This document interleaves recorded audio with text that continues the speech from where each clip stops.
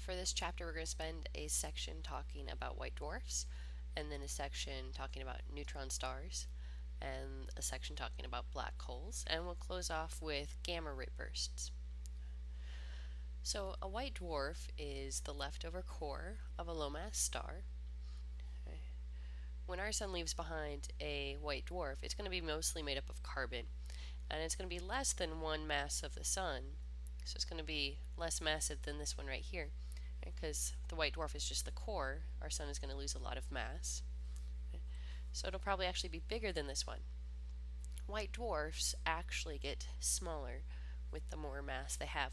We'll talk about that again in a second. White dwarfs are amazingly dense. You've basically got the mass of the sun packed into something the size of the Earth. So this is 1,000,000 times more dense than the sun used to be as a whole. White dwarfs are going to start off amazingly hot, millions of degrees, right? Because it's the core of the star where there used to be fusion. And all of a sudden, that core is naked to space. And so it's going to start out glowing in the ultraviolet and the X-rays, and so to the human eye it would look bluish. So it's going to land here on the HR diagram. It's not very high on the HR diagram because it's small and doesn't give off a lot of power because it doesn't have much surface area. And then with time, it's just going to cool and slide down the diagram down here. And white dwarfs can cool for billions of years. So white dwarfs might be in a binary. So you would have had two low mass stars orbiting around each other, and that would have gone on for 10 billion years, 15 billion years. And the more massive of the stars would have ran out of fuel first and turned into a white dwarf. So this would have been the more massive star. And the white dwarf is going to continue orbiting that other star. And some later time, that smaller star will eventually go red giant. And if the binary pair is close enough, that red giant might start spilling some of its mass over onto the white dwarf. While the matter falls down into the white dwarf's gravity, it's going to heat up in conservation of energy, and it's also going to form a swirling disk, conservation of angular momentum. We're going to call this an accretion disk because the white dwarf is going to be gaining mass from it. It's accreting from the disk. So the white dwarf is gaining mass. So the white dwarf is going to be building up hydrogen on its surface, and that's going to add extra weight and pressure, more temperature. And at some point it's going to get hot enough for hydrogen fusion on the surface of the white dwarf. Every other time we've talked about fusion, it's been hidden from us in the core. So this fusion is going to be really obvious. It's not going to be hidden under a convection layer or a radiative layer. It's going to be right there on the surface of the white dwarf. So when it's undergoing this fusion, it might be 100,000 times brighter than our sun while it's burning through this hydrogen for a couple of weeks. All of a sudden, maybe now this object is bright enough to see from Earth, so it's going to look like a new star. So that's why we call this a nova. It means new star. So this is a nova event. Fusion's going on the surface of a white dwarf. A little bit of material can get blown away. And the nova does not destroy the white dwarf. It does not destroy the neighboring star. It'll probably disrupt the accretion disk, but that can be restarted. So novas can repeat in the same system. It might take 1,000 years or 100,000 years, depending on how close the two stars are, how big is the red giant, etc. So our sun right now is supported by normal pressure, so atoms bouncing around into each other, and that gives pressure. When the stars run down to the field, the core is going to get so compressed, and at some point it's the electrons getting packed so tightly together that are going to be able to support your star. And as you add a little bit more mass onto your white dwarf, the electrons pack a little bit more closely together, and your white dwarf shrinks. So there is going to be a limit where the electrons cannot take any more weight. And so you're going to reach a critical limit and it happens at 1.4 times the mass of our sun. That's when carbon fusion can start. And so the whole white dwarf reaches the temperature at the same time, and the whole white dwarf is pretty much made of carbon. So what you've got is basically a carbon bomb that just explodes. So we're going to call this a white dwarf supernova. The whole white dwarf explodes. And the white dwarf supernova can only happen in a binary system because you need to feed it in order to get it up to that limit. Here's a picture of a supernova remnant after the white dwarf has exploded. So you've got all the gas coming out, and it's still energetic enough, it's glowing, it's easy to see. Here's an irregular galaxy. When a white dwarf supernova happens in that irregular galaxy, it can be as bright as the entire galaxy.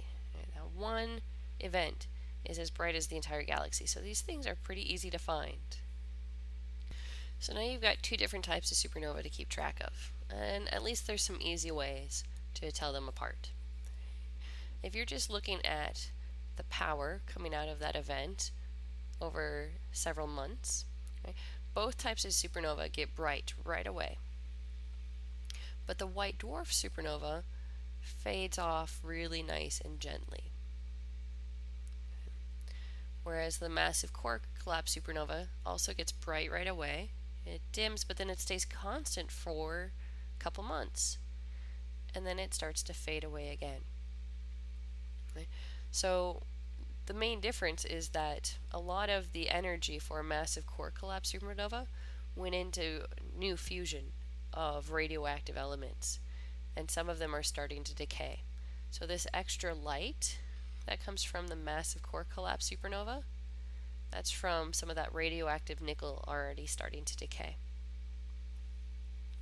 Another way you can tell them apart is by getting a spectra of your supernova. Your massive core collapse supernova is going to have a lot of hydrogen and helium and carbon and oxygen all exploding outwards. So you should get some hydrogen lines, some helium lines, that should all be there. Okay? But the main elements that you're going to see in the spectra of a white dwarf supernova are going to be the elements that are left over from the carbon fusion, right? Sulfur, silicon. Okay. So a neutron star is not technically a star. It doesn't have any fusion left in it. This is the leftover core of a massive star after the massive star underwent a core collapse and went supernova. Okay. A neutron star has about the mass of the sun, but it's only the size of a city. If you were to take a neutron star and make a paperclip out of the material of a neutron star, that paperclip would weigh as much as Mount Everest. That fun tidbit is in your book. If you were to get too close to the neutron star in a spaceship, in order for you to get away from that gravity, you would have to travel at half the speed of light. And if a neutron star were to end up coming towards Earth, it would basically rip the Earth apart. Earth would end up as a puddle on the neutron star. So a neutron star is going to be held up by neutron degeneracy pressure. Because remember that your iron core of your star was held up by electron degeneracy pressure, but the electrons failed, they collapsed, there was a big explosion, and now it's held up by neutrons packed as closely as possible. And there's a limit for how massive a neutron star can be, about 3 solar masses, because at some point the neutrons could also fail and you could end up with a black hole. Okay. So a neutron star was made out of a collapsed iron core, and so the iron core, I imagine, is spinning. And now it's collapsed, so it's going to spin even faster. So this thing that has the mass of the sun or more can spin 30 times a second. These neutron stars can spin amazingly fast. And not only that, but the iron core had a magnetic field in it. And as the iron core collapsed, it took the magnetic field with it and compressed it. And so these have an amazingly strong magnetic field.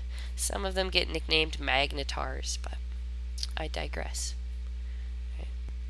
So you've got this really strong magnetic field, and it can affect electrons in space, and as they move around the magnetic field, they're going to emit radio light. So here's a little cartoon of that. Here's your neutron star, and its rotation axis is up and down. And for some odd reason that we don't really understand, the magnetic field does not have to be aligned with the rotation. If that beam shines at Earth and Earth sees a pulse of light when that happens, we call it a pulsar. Pulse, pulse, pulse. So here's some actual data of a pulsar shining radio light at us in very perfectly spaced timing. When these were first discovered, we thought for a little while that they might be alien signals, but it turns out it's just pulsars, right? Neutron stars that pulse us with radio light. The Crab Nebula is a star that went supernova, and it left a neutron star in the center. And here we're looking at the neutron star in two different wavelengths of light, and there's still some gas around the neutron star. And so you can actually see the spinning neutron star and its magnetic field affecting the gas around it. You can see ripples in the gas because of that magnetic field. It's really amazing. So this neutron star is spinning about 30 times a second, but it's losing energy because the magnetic field is affecting that other gas. It's getting some drag. So it's going to be slowing down with time. A neutron star might be in a binary system. So maybe it was a high mass star and a low mass star. The high mass star ran out of fuel first, went through all of its phases, and turned into a neutron star. So now you've got a neutron star. And then you wait.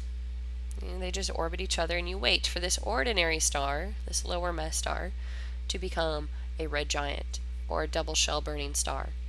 And if this star expands enough that some of the gas spills onto the neutron star, you can get an X-ray binary. Okay.